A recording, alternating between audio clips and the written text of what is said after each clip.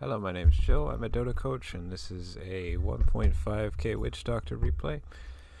Let me fix my mic.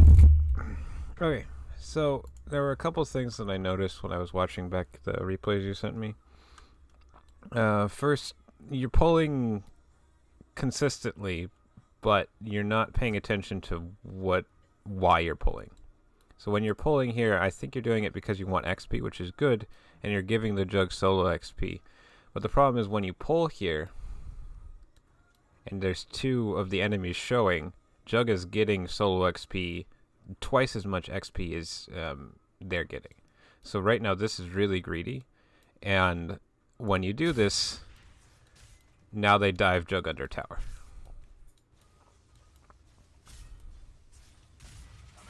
And it forces him to spin. He's half HP. He gets level 2 first, kind of.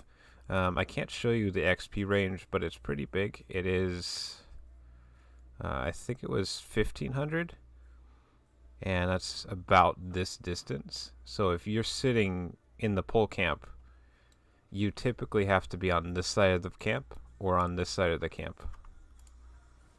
Right here or right here in order to give your jug solo XP. Otherwise you accidentally take a little bit of it. And the other problem was you walking up 1v2 doesn't really do anything because you have just Maledict. So if you're in this lane where you have a jug who doesn't have any way of securing the range creep because he doesn't have a ranged nuke, and he walks up and he goes for the range creep and he takes half of the HP of damage, paralyzing cask level 1 would have been better, and then you sit in the lane and then you secure that range creep when it's about to go low, or you sit back here and then you walk up and then you secure the range creep and then you walk away. But if you take Maledict first, it kind of lets you trade with the Snapfire out in the middle of nowhere, but it doesn't really do anything. It just says, oh, I need to back off. The next thing is you're not spending any time in the lane, and they're not going to cast a bunch of spells, so the stick is kind of worthless. I would rather this be a salve, maybe 2 salves, a mango even, 105, so that would pay, the mango would pay for your Maledict.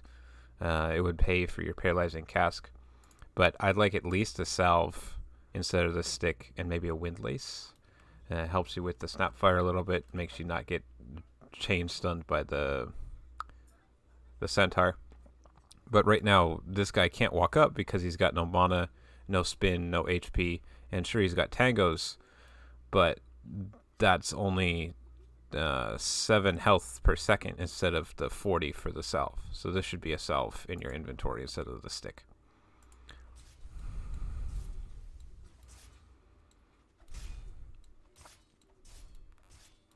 And now the wave pushes.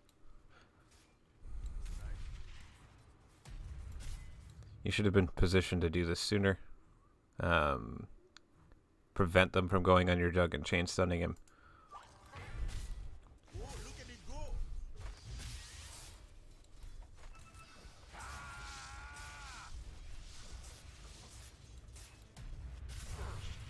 But he dies. He probably shouldn't have gone in after the spin, but that's not on you. So, oh well.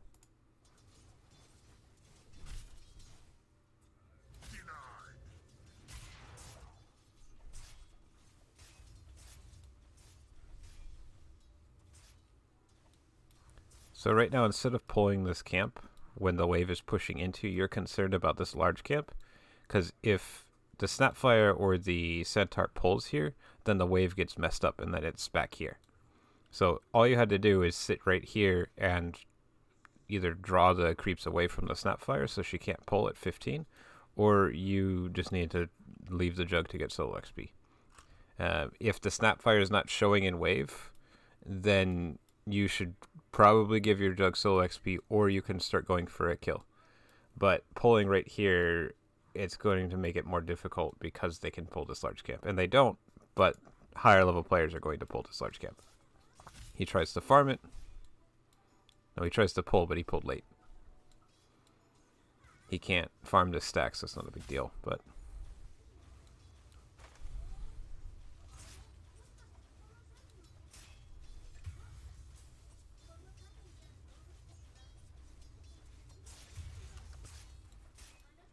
And then they try and pull, but they mess up the pull. It's good you're contesting it. This is just one wave too late. He spinned, he used his skills, you just need to leave. So at this point, it's about 3 minutes in, you should start thinking about what gives you kill potential. And Jug has a nuke. He's got the Blade Fury Spin. Instead of taking more points in Maledict, taking another point in Paralyzing Cask gives you more stun duration. More bounces. It gives you some damage. So it's twice as many bounces, basically. Which doubles the amount of stun, which means Jug can get off more spin on this guy. And instead of having to chase him from this creep to the flags here, he can chase him maybe half the distance, and then you're safer. And 1 point in Maledict is fine, 16%. Jug does like 300 to 400 damage with his spin. And then if you add in the 2 bounces from Cask, this guy is suddenly very low. The idea when you're going on people like this is not to kill them, it's to burn through their regen so that they can't walk up to the lane anymore. And if you have better kill potential on them than they have on you, then they just can't walk up to the creep wave. And one of the problems that I've been seeing from your Witch Doctor is you don't know what kill potential is. So you start trying to go for these kills that aren't going to work.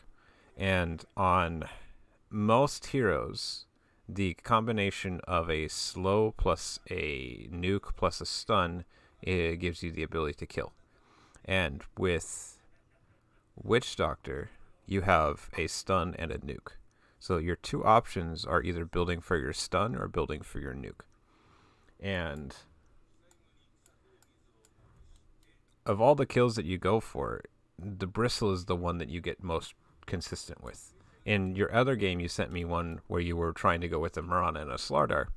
And in that situation, okay, you're the nuke, but you tried to stun and set up for your teammates, but your Mirana couldn't put an arrow off of it, and the Slardar wasn't in position, and you weren't standing next to them. Like the Mirana and the Slardar would be over here, and you'd be on this side of the map for some reason. And then someone would walk up, and then your Slardar would stun and your Mirana would arrow, but then there wasn't any damage. So instead of trying to spread out on the map, if you're going for kills, you need to know exactly who you need to be playing with. And in your last game, it was a sniper. And sniper's got shrapnel, which gives 15-20% slow. So now you have a stun to prevent them from TPing. Sniper has the slow. And then you have Maledict and maybe Death Ward. And then that's enough to confirm kills. The problem is the wave was super far up, and there's no point in trying to go for kills underneath their tower by yourself.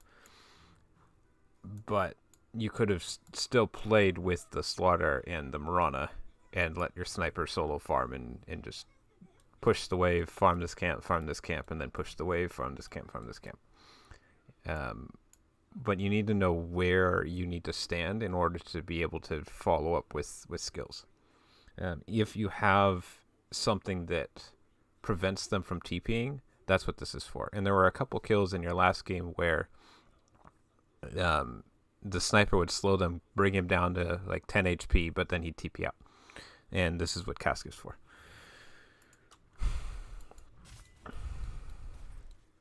So now we're just trading, and that's okay. Preventing them from pulling, preventing them from maybe farming the large camp. Jug wasn't in position to do that, and this is why you need to prevent this earlier.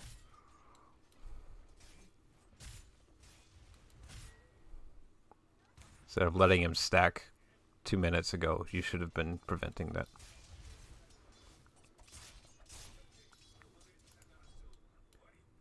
So right now Centaur's back here. We saw him leave.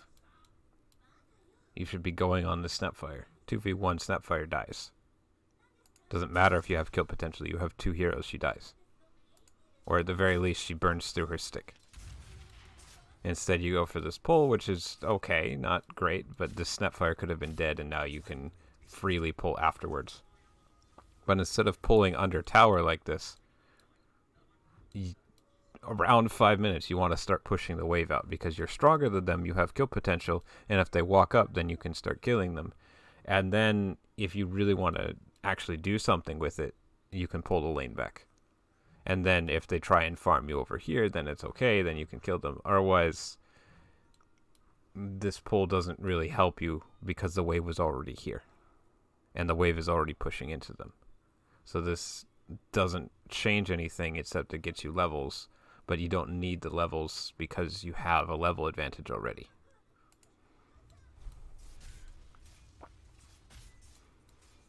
And if you had killed the Snapfire, then you could have gone for this rune while the Jug 1v1'd against the Centaur.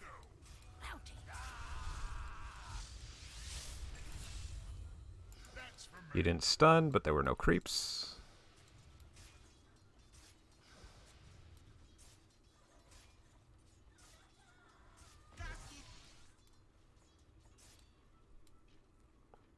The stun doesn't really work when you're by yourself.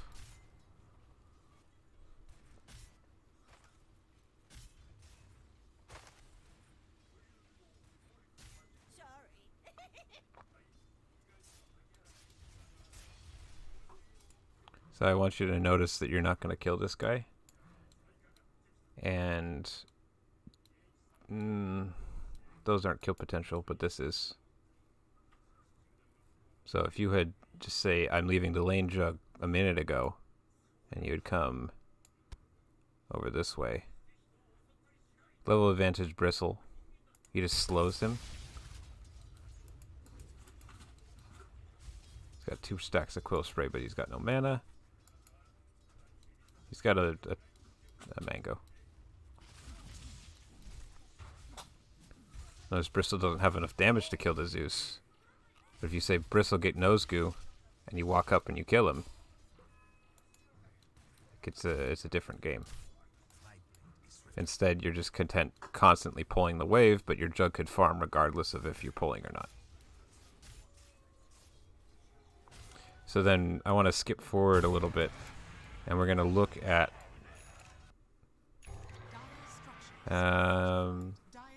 let's just look at the kill. But they just leave, I think.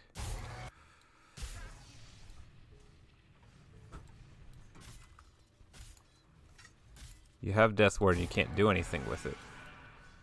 Broke his clarity, fine. But he was full of mana anyway. Hello, wife. Oh, this is even. Okay. Hello, wife. I'm recording a video. Thank you. Let's see. So, after you messed up the pull, the Jug just left the lane. Nope. Where is it? Here we go. So let's fast forward a little bit. Can't really do anything against them.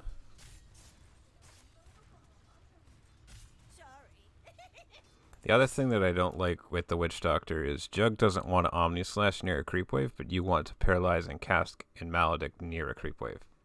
So, not a good lane combination, but it's not big a deal right now at your MMR. Standing around not doing anything, fine. Realizing they blocked your camp, not ordering a sentry, and then Jug pulls, and then you mess up his pull. Whoops. Happens so many times, it's awful. Maybe not to you, but as a carry player, when I'm like, okay, my support's useless, I'm going to go pull, and then they mess up my pull, I'm just like, leave. Don't come back. Because you're not doing anything in this lane. You're just sitting here for the last 20 minutes. And sure, now you pull. But notice how he didn't mess up the pull for you.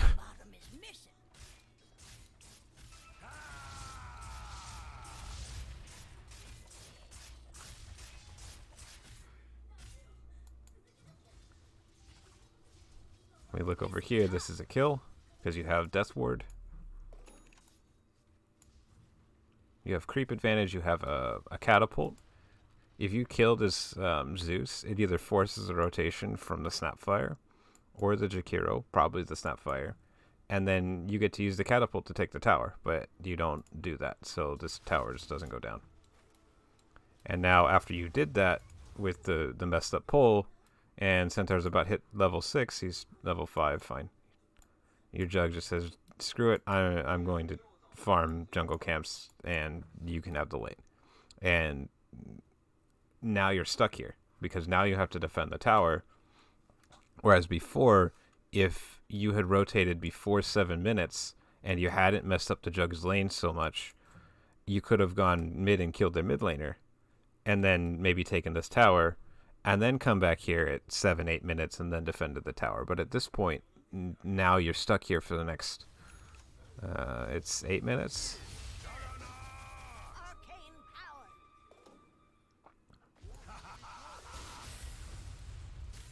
You don't get to leave for 12 minutes. Something.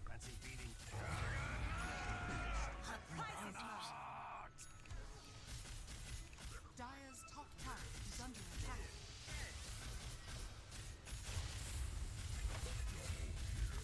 4 minutes. And then Jug comes to your lane, and it's like, let's kill this guy. And you don't have the combination of spells that need to kill a tanky offlaner. You need more slows than you need stuns. And then they just run away. But instead, if you had gone with your Bristle, who's got a slow, things would be much better. And sometimes you don't have teammates with a slow, but oh well. So it took 5 minutes to be able to leave that lane because you had messed up the Jug's lane and he needed to recover. Now we get to go have some fun. But Bristle's too low. And sure, he's got a salve, but now you have to wait.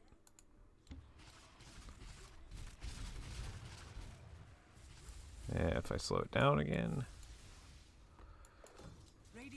We wrap on this guy. And that was so much better than the kill attempt on the Centaur because you have a slow, you have a nuke, and you have a stun that prevents him from TPing. But this guy has way too much HP compared to the Zeus, who's got, no, about the same. Like 500 extra HP, but this guy is tanky. And he's got the Vanguard. Damage block from melee heroes and 35 from range, so he does block a little bit. But the idea is this guy can escape and Zeus can't because of the slow. And then that's a wasted smoke. You're not going to do anything when you're this low HP. And then you sit around on this rune instead of doing something. I guess there's nothing that you could do. There's this fight you could participate in, but your teammates are too low. Radiant's middle tower is under attack. Dire's bottom tower is under attack. And then now you go deal with the troll, but okay.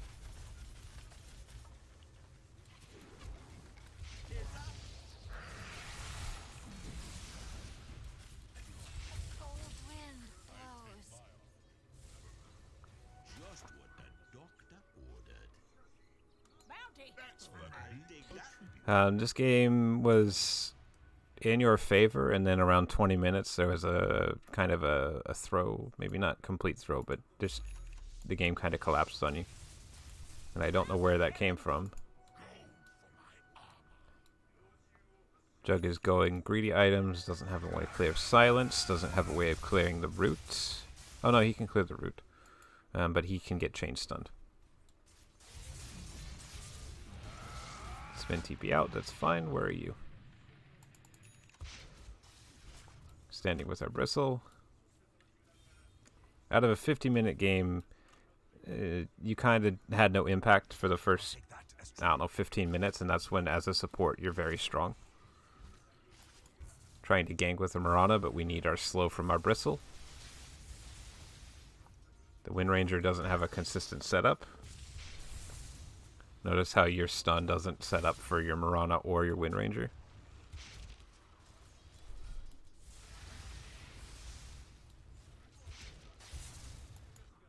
And if we were sitting here with our Bristle, we could go on this troll and troll would be dead. But instead, oh well, we killed the Zeus, fine.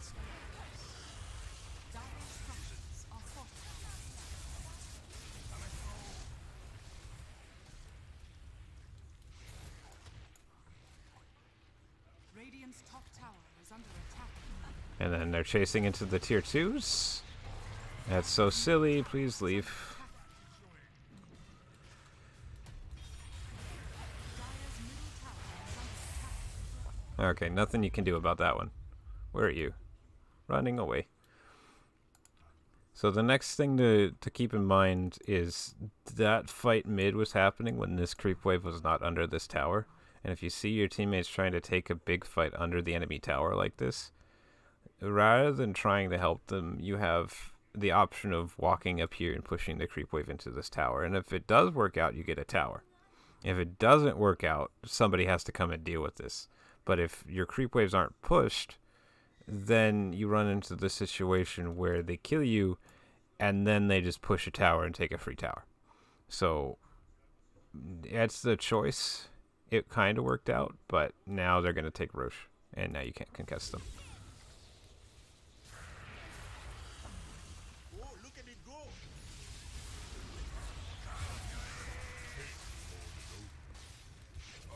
Okay.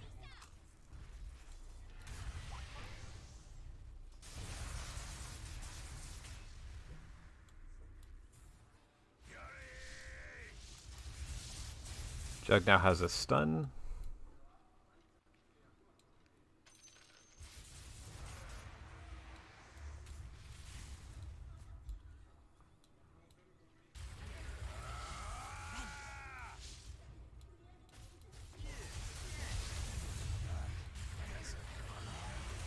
Very nice, but now they have vision up here. Is under attack. The prize is mine. Dire's middle tower has fallen.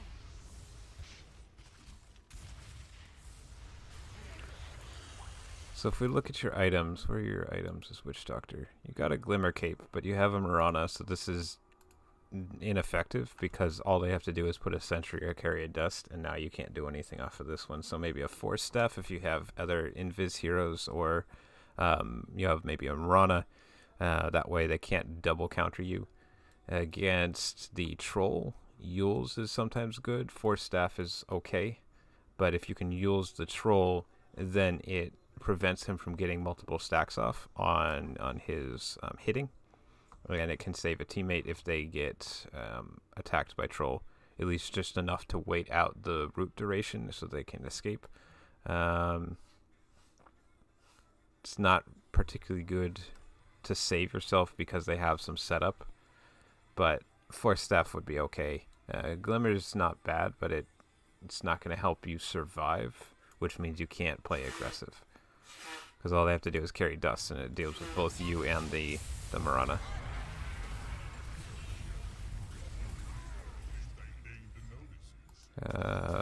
Bristle has Crimson Guard. Okay, but mixed damage. Something to deal with the Zeus. Somebody should build pipe.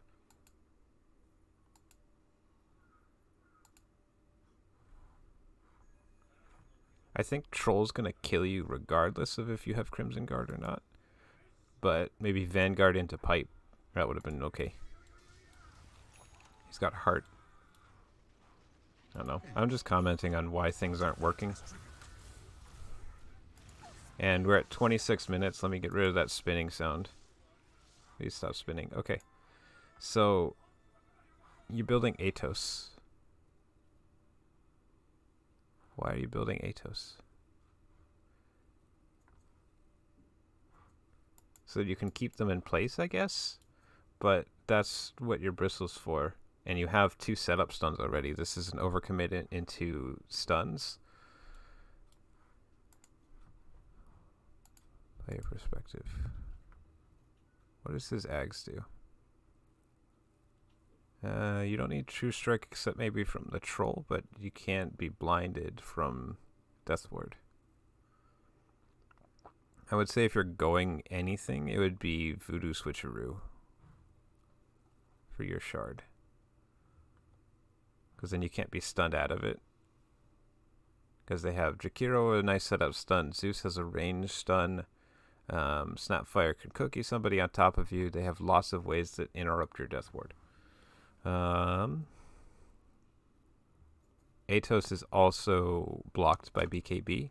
So once Troll gets his BKB, now your Atos is useless. So if you're going Atos, it's a kill item for you, and you need to go it before you start doing other things. But Glimmer Cape is good because it gives you some safety later on. Just it doesn't work because you have a Mirana, and they're already saying, "Oh, Mirana, I need to plant sentries."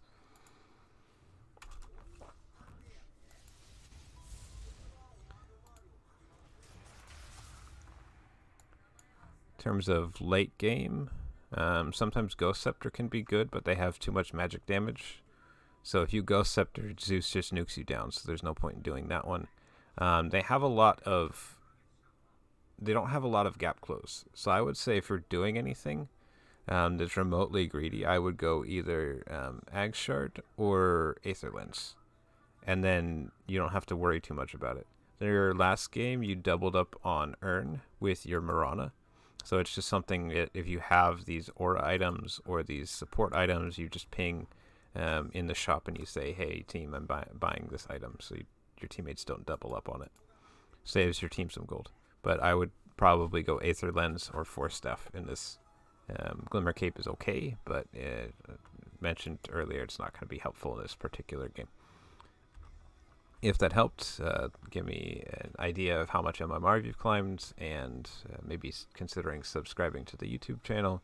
I know you're already in the Discord, but for the rest of you, I'll provide a link in the description for joining and maybe getting your own replay reviewed. So thanks for watching.